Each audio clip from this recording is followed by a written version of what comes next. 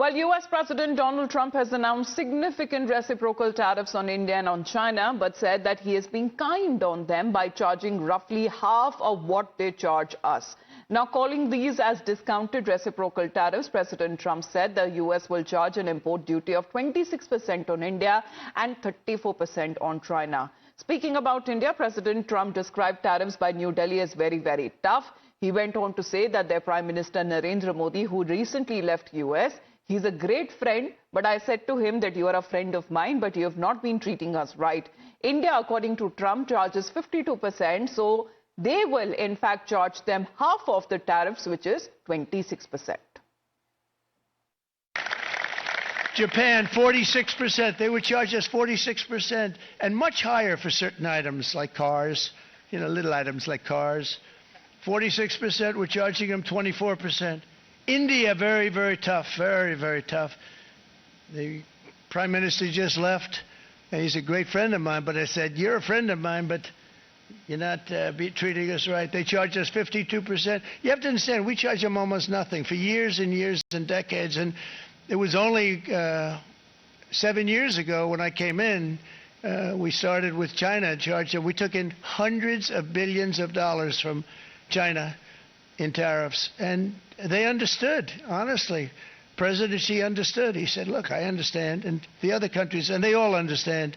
We're going to have to go through a little tough love, maybe, but they all understand. They're ripping us off, and they understood it. Well, with the announcement of Make America Wealthy Again, here is Donald Trump announcing 26% discounted reciprocal tariff on India. While making the announcement, the US president also announced 20% levy on imports from European Union and 10% from the UK, two of the main trade partners and allies of the United States. The president also announced 20% levy on imports from European Union and 10% from the UK. As far as on Japan, 24% of tariffs is now being levied, and these tariffs the White House come over when it comes to 10% base on import duty and all products that are imported into the United States of America. President Trump, however, has not explained how these tariffs would be levied in an industry-wise breakup. My fellow Americans, this is Liberation Day, waiting for a long time. April 2nd, 2025 will forever be remembered as the day American industry was reborn, the day America's destiny was reclaimed, and the day that we began to make America wealthy again. For decades, the United States slashed our trade barriers on other countries, while those nations placed massive tariffs on our products and created outrageous non-monetary barriers to decimate our industries. And in many cases, the non-monetary barriers were worse than the monetary ones. They manipulated their currencies, subsidized their exports, stole our intellectual property, imposed exorbitant VAT taxes to disadvantage our products, adopted unfair rules and technical standards, and created filthy pollution havens. They were absolutely filthy, but they always came to us and they said, we're violating, we should pay for it. So the US president announcing, as far as when it comes to 20% levy on imports from the goods coming in from European Union, 10% from the UK, and also other countries, including that of India and China, saying that the US will charge an import duty of 26% on China and 34% on 26% on India, I beg your pardon, and 34% on China.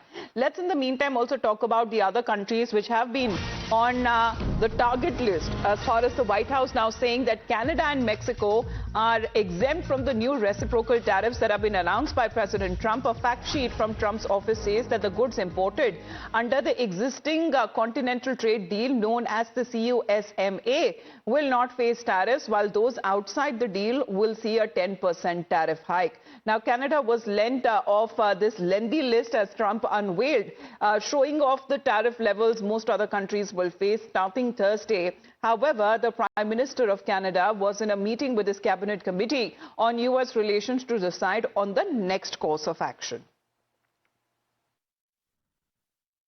President Trump has just announced a series of measures that are going to fundamentally change the international trading system.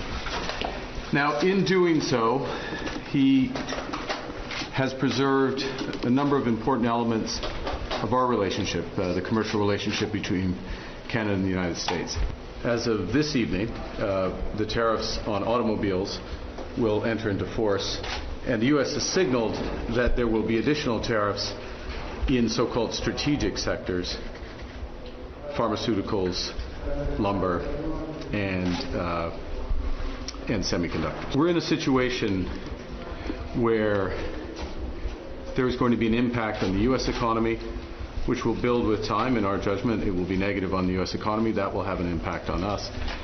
But the series of measures will directly affect millions of Canadians.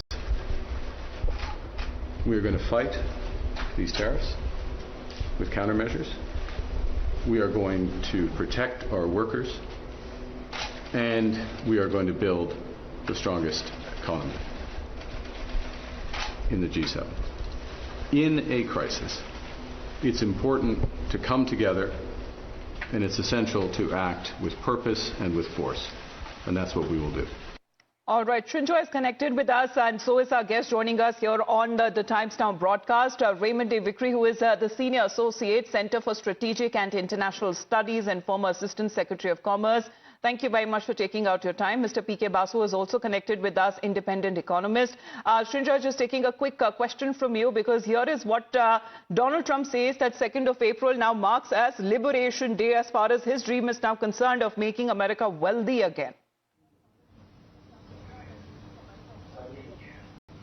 Well, wealthy, we don't know, but what we know for sure is that this could lead to inflation. And American goods, American imports, anything that America imports, China, European Union, India, even Cambodia, everything will be more expensive. So if that is so, then the American taxpayer, the American consumer will have to pay more. Now, what will be the political impact on this, we will have to see. The other worry for economists is the possibility of stagflation. Now, if that happens, which basically means not much growth, but high inflation, that has happened before in America in the past, in the 80s. Paul Volcker had to come up with drastic measures to deal with them. So it will hurt the American economy, is one possibility. The other, of course, is the fact that Indian exports could be hit, because there are some assessments that Indian exports would be hit to the tune of $7 billion. Now, that would be in areas like jewelry, petrochemicals, other chemicals, food like seafood, things like that.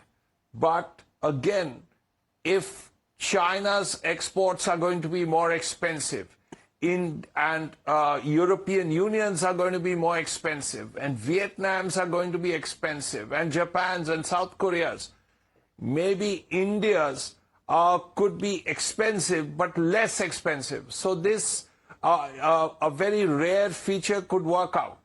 This could be like the Giffen effect, that yes, prices of Indian goods will go up, but even then people will buy more of it. We don't know. Well, of course, it remains to be seen how it actually comes into effect. And, you know, when it comes to, is it a kind of a trade conflict that we'll be now witnessing with other countries? Mr. Raymond, what, in your understanding, is now this announcement of Liberation Day being made by President Donald Trump? Because there is still no clarity on how the U.S. administration has calculated these figures and then arrived at these new tariff proposals, which Donald Trump has described as kind of reciprocal levies and not full reciprocal tariffs. Well, thanks very much for having me, and good morning. I think this is a very, very serious situation. If we step back and we look at the big picture, the real problem here is that President Donald Trump, has taken an axe to the world trading system. After World War II, because trade had been a factor and high tariffs had been a factor in causing the worst war the world has ever known, there was put together the General Agreements on Tariffs and Trade, and later that became the World Trade Organization. And that organization dealt with tariffs on a consensus basis, on a basis of most favored nation. The announcements and the actions today completely end that system. And I would point out that India was a founding member both of the GATT and the WTO. So this is a very, very serious situation. It's particularly serious in regard to U.S.-India relations. When I was Assistant Secretary of Commerce, India and the United States were able to overcome years of estrangement through trade and economic engagement. This levying of 26% across the board is directly contrary to what has brought us together. The business of saying that India levies a 52% charge in the United States is strictly a made-up figure.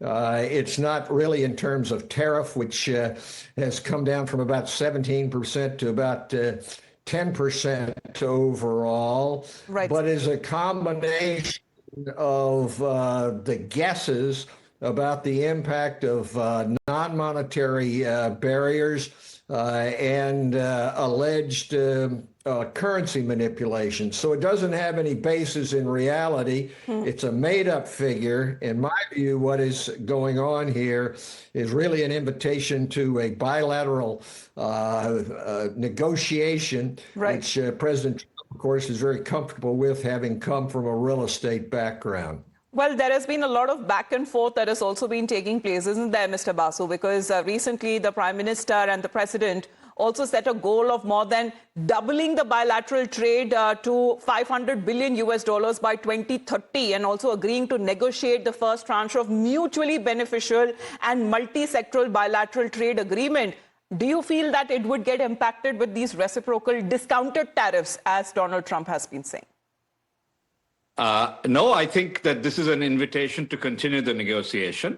And I think I agree with Raymond Vickery that Trump has upended the international trading system as it has existed since the Second World War, GATT, WTO. And essentially what GATT and WTO permitted is developing countries to have much higher tariff rates. But the simple fact is that U.S. manufacturing has been hollowed out over the last 40 years or so. And this is an attempt to reverse that. It's quite difficult to reverse, but I think the way that the U.S. has imposed these tariffs is relatively clever. There's a 25% tariff on all non-farm automobiles and a 10% tariff on everything. So there will be a mildly inflationary impact from that. I mean, there's no question that there'll be some inflationary impact. But just remember that imports are only about 20% of US GDP. A 10% levy relative to the average of about 2.5% now will marginally increase all imported prices. But to the extent that import substitutes exist in the US, prices will not necessarily rise by the full amount. All countries will pay that 10% levy. On top of that, there will be differential levies on different countries. Now, I think for India, 26% is high. It is much higher than most people were expecting. But the point is that most of our competitors who produce the same types of products are going to be charged much more. So Thailand, for instance, also is a producer of gems and jewelry. It'll pay, I think, 41%. In things like textiles and garments, our main competitors are the likes of Vietnam, Bangladesh, and Sri Lanka, who will all pay more than 40% tariffs. All right. Relative to that, India is paying 26%. So if there is a competitive impact, the impact is mildly positive, somewhat positive, more than somewhat positive on India. Of course, any Indian products entering the US will pay a substantial tariff. Yes, because when it comes to, is it industry-wise or sector-wise breakup or what all goods, that is something that it is still not clear.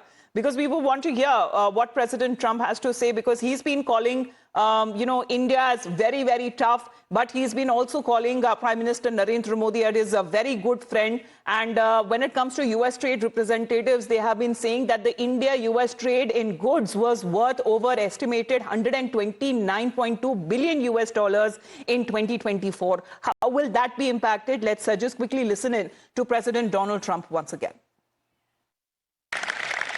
Japan, 46%. They would charge us 46% and much higher for certain items like cars, little items like cars.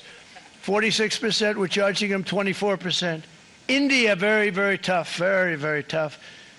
The Prime Minister just left, and he's a great friend of mine, but I said, you're a friend of mine, but you're not treating us right. They charge us 52%. You have to understand, we charge them almost nothing for years and years and decades, and it was only 7 years ago when I came in, we started with China and charged them. We took in hundreds of billions of dollars from China in tariffs. And they understood, honestly. President Xi understood. He said, look, I understand. And the other countries, and they all understand. We're going to have to go through a little tough love, maybe, but they all understand. They're ripping us off, and they understood it. So as far as when it comes to these trade tariffs, that would mean that higher rates would hit foreign entities that sell more goods to the United States than they buy, meaning that the tariffs could stay in place for some time, as the administration also expects other nations to lower their tariffs, and other barriers to trade that it says could have led to around $1.2 trillion trade imbalance as far as in last year is also concerned. We would also want to point out exactly what other countries are now reacting to these reciprocal trade tariffs that have now been announced by President Trump, where Australia's Prime Minister says that the US tariffs on his country would have no basis in logic. As Australia's Prime Minister Anthony Albanese says that 10% tariffs imposed on his country by US President Trump have no basis or logic, and they go against the basis of our two-nation partnership. Albanese also telling a group of reporters there that Trump's announcement is not the act of a friend. Let's listen into the Australian Prime Minister. The unilateral action that the Trump administration has taken today against every nation in the world does not come as a surprise. For Australia, these tariffs are not unexpected, but let me be clear, they are totally unwarranted. President Trump referred to reciprocal tariffs. The administration's tariffs have no basis in logic, and they go against the basis of our two nations partnership. This is not the act of a friend. Today's decision will add to uncertainty in the global economy, and it will push up costs for American households. It is the American people who will pay the biggest price for these unjustified tariffs. We will not join a race to the bottom that leads to higher prices and slower growth. Well, Donald Trump's announcement is not the act of a friend. That is a statement coming in from Anthony Albanese, the Prime Minister there of Australia. Mr. Raymond, what do you make of this as far as when it comes to trade wars or trade conflict is concerned, even with friends of the United States of America? Is this something that Donald Trump wishes to take that risk? Well, President Donald Trump is a transactional kind of guy. He views tariffs like he views the purchase of a building. And that is, I'm going to get the best price that I can get. It's not about the relationship between buyer and seller, the friendship, the strategic aspects, and so forth. He wants to have a deal done. to me, this flies in the face of what we know reality to be. And that is that economic engagement are connected to security, they're connected to values, they're connected to the friendship between great nations, great democracies, particularly like the United States and India. So I think the Australian Prime Minister is right. This is no way to treat a friend. And this is no way to conduct business overall. And President Trump has made it plain that he does not expect trade to increase. What he wants to do is decrease imports into the United States. He has this strange idea that when you have a trade imbalance, that therefore you're not making money. That's just wrong. The United States has one of the strongest economies, lowest unemployment rates in the world. And yet he's trying to create this alternative reality, which he thinks sells very well over here. So I think it's a very short-sighted way, and make no mistake about it. A 26% charge. I think Mr. Basu doesn't agree with you, Mr. Raymond, because in fact, when we just heard the Australian Prime Minister saying that it would add to uncertainty in global economy, Mr. Basu, what's your take? Would it further push up costs for American households in particular? Because he believes that it is the American people who at the end would have to pay the biggest price for these unjustified tariffs. Look, tariffs, of course, will hurt the American consumer, but they are certainly going to help the American producer. The basic point is that America, over the last 45 years or so, has abandoned its working class. I mean, it's simple. So if American manufacturing is to be revived, this is one way to do it. It's an unorthodox way in some ways, but if you look back at history, protectionism has generally worked. If you just look at China, for instance, China banned Facebook, Amazon, etc., from China, and developed its own alternatives. Baidu, etc., Alibaba, and so on emerged. Alibaba is the alternative to Amazon because the American competitors were banned. So it's not unusual for protectionism to work. In fact, it has worked throughout history. If you look at American history in the post-Civil War period, between 1865 and 1914 is when American industry really emerged behind significant tariff walls. So it's not unusual to do this. It is unusual relative to what has happened since the Second World War. America has massive trade deficits with almost everybody. So if you look at, say, Canada, 77% of its exports go to the US. So Mark Carney can make all the tough noises he wants, but frankly, his negotiating position is pretty weak. Similarly, every country has, all the countries that are suffering these tariffs now have substantial bilateral trade surpluses with the US.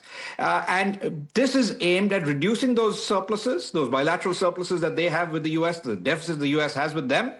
And I think it's largely going to work. Of course, the markets have initially sold off.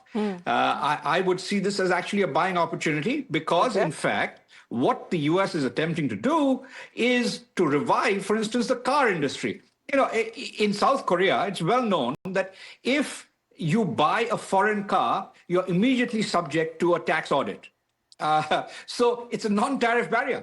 There may not be tariff barriers, but at one time, GM used to own Daewoo, which was then the second largest car manufacturer in the US. But eventually, GM bought the Daewoo plant and then sold it off and left. But we want to focus more on the India factor there, Mr. Basu, because I want to just take a quick, opinion from Srinjoy as well. Because do you believe, Srinjoy, as Mr. Basu is also pointing out, is India in a better position than many other countries? Because is there hope that there is a proposed bilateral trade agreement between the two countries that will conclude soon? And will that actually provide relief from these reciprocal tariffs?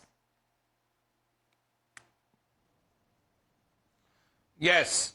The answer to all your questions is still hard to explain, as it's still too early to say. But generally speaking, a a very cautious yes.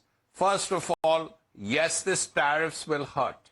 There's no doubt that there will be an increase in the price of Indian exports. But if there is an increase, a bigger increase in the price of exports of other countries, whether it's Japan, whether it's Korea, whether it's Vietnam, whether it's Bangladesh, whichever, then what is called in Economics 101, a Giffen effect, a very rare thing, will actually happen. Well, That's markets have already started to react, Asian markets, as far as the announcement that has now been made from the US president. We'll just want to quickly break that story for our viewers just before we head into a commercial break. The Asian markets have reacted as far as the slip is now concerned after Donald Trump's announcement, the impact that can be seen. And in Bangkok, as far as when it comes to the big increase in tariffs on import of goods from around the world, in fact, the markets in Tokyo have also been affected as far as the index there dipping more than 3.4%, but recovered slightly. And Donald Trump said that he was imposing 24% reciprocal tariff on Japan, but Japan also being one of the closest allies of the United States. South Korea has also been hit by 25% tariff hit. And also when it comes to its benchmark index has also slumped around 1.9%. Well, that has been the markets. However, they have been reacting. The Asian markets, of course, the Indian market will be opening soon. Remains to be seen how it affects as far as the reciprocal tariff announcement coming in from President Trump. Thanking our guests there. Thank you very much for taking out your time and appreciate you joining us here on the Times Now broadcast. We just have to head into a very short break. Other news and updates coming up after a very short break.